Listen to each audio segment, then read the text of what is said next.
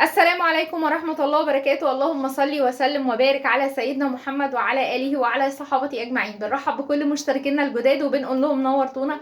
كمان يا ست الكل ما تنسيش اللايك الحلو اللي بنستناه منك، واللي بيشاهد القناة لأول مرة ما ينساش الاشتراك فيها وتفعيل الجرس ليوصلك منا كل جديد. ويلا بينا، عندنا كوباية وأقل منه نص سكر، عندنا كيسين فانيليا، وعندنا نص ليمونة، عندنا هنا حوالي 4 معالق من اي مادة دهنية سواء سمنة او زبدة اللي عندك يا ست الكل. حطينا عليهم كمان معلقتين زيت، عندنا لفة جلاش. يلا بينا، انت عارفة ان رمضان بيحب الحاجات الحلوة، لازم حاجة حلوة كده بعد ما نيجي من صلاة التراويح. يلا بينا نعمل حاجة حلوة. حطينا الحلة بتاعتنا على النار، ادي 1 سكر، وده قلنا اقل من نص كوباية. اول حاجة هنعملها هي طبعا الشربات، عايزينه شربات تقيل. ادي اول واحدة مية، وادي التانية. يبقى احنا حطينا كده، احنا هنعمل على كده شربات تقيل، يبقى احنا حطينا 2 مية على الكوباية واقل من ونص سكر.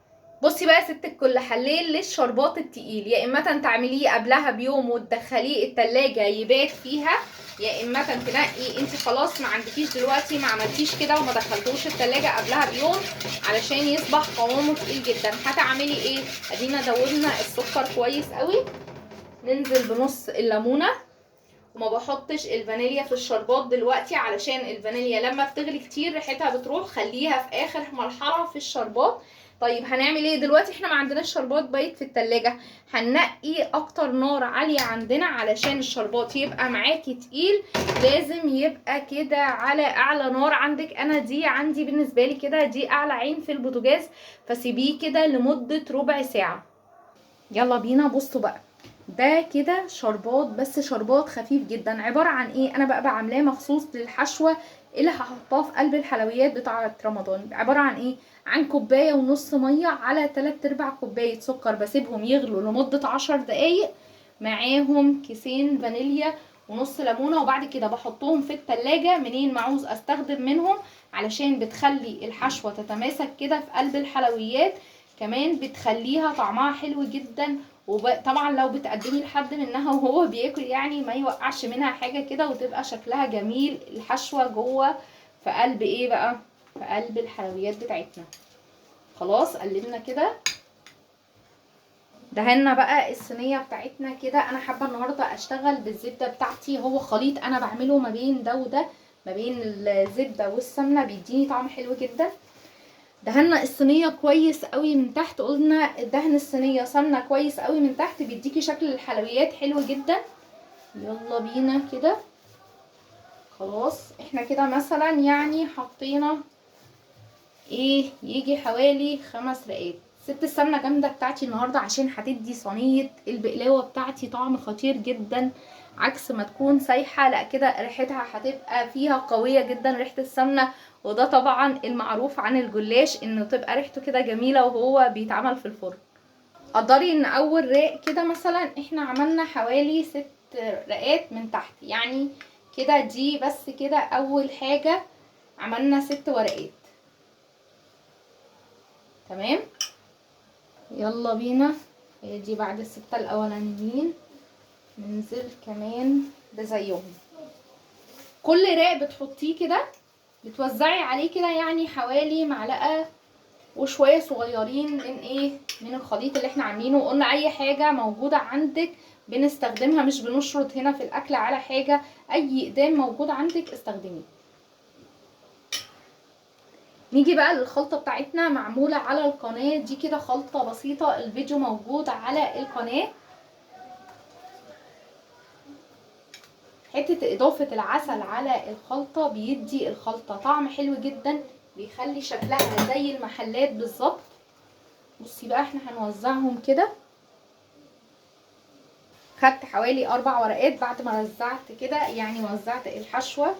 خدت 4 ورقات، سبت منهم جزء كده، وهقولك ليه ما خليتهاش كده للاخر، سبت جزء صغير فيها دلوقتي. نتمنى ان التصوير يكون كويس اهو. سبت منها الجزء ده، هاخده كده كاني هقفل بقى على الجلاشية زي ما انت شايفة كده بكل سهولة اهي. باخده بدخله كده يبقى يعني بيوصل كده لحد الارضية من تحت، كأني قفلت على الجلاشية نفسها. تمام. احنا حاولنا كده يعني دول كده حوالي تقريبا 8 ورقات كده وزعناهم من الجنب ده وده. بعد ما خلصناها هنقطعها طبعا بسم الله كده قبل ما ندخلها الفرن. وانا بقطعها زي ما انت شايفه كده، انا فارده كف ايدي ازاي علشان طبعا هي لسه مفيش تحكم فيها عشان ما تتنعكش معاكي، فلازم بكف ايدينك كده زي ما انا عامله تفردي ايديكي كده وانتي بتقطعيها.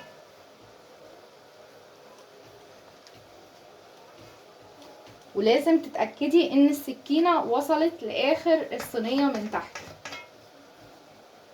بعد بقى ما قطعناها بالطول زي ما انت شايفة دورت الصينية كده، نقطعها كده لقطع صغيرة.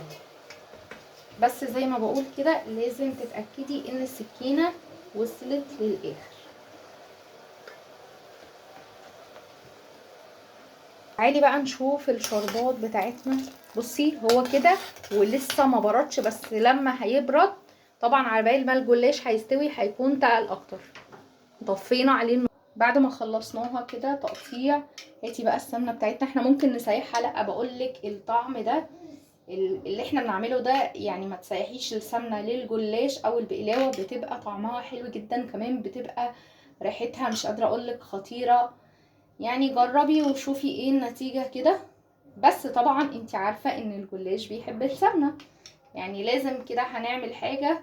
لا انا هو بقول يعني نقلل الكميه وكل حاجه، بس لو هنعمل حاجه نعملها بالطريقه الحلوه بتاعتها هتديكي نتيجه حلوه جدا. بصوا بقى انا هنا كده كنت ولعت الفرن، هدخلها لمده تلت ساعه. يعني حطيت كده وسطت الشبكه وسطتها، بس ادي كل اللي هي اخدته. ممكن بقى كده برضو بالمعلقه يعني احاول كده، وده كده بيكون شكلها قبل ما تدخل الفرن. يلا بينا بقى ندخلها الفرن. وبعد ما طلعنا البقلاوه بتاعتنا الجميله دي، بصي بقى قوام الشربات وهي البقلاوه سخنه كده جدا. شايفه الشربات القوام بتاعه اهو، شايفه تقل ازاي؟ بصي الجمال والحلاوه. ما تقطعهاش دلوقتي، يعني سيبيها حوالي كده ساعه، مفيش حاجه هتتفرفت منها، بس انا بحب الحلويات ما اقطعش منها في ساعتها كده، بحب اسيبها شويه. ولو يا ست الكل بقى عجبتك القناه ما تنسيش الاشتراك فيها وتفعيل الجرس ليوصلك منا كل جديد. واوعي طبعا تنسي اللايك الحلو اللي بنستناه منك، علشان عندنا وصفات كتيره ان شاء الله باذن الله هننزلها في القناه، فمتنسيناش في الاشتراك وتفعيل الجرس ليوصلك منا كل جديد. ما تنسيش اللايك الحلو اللي بنستناه منك. والسلام عليكم ورحمه الله وبركاته.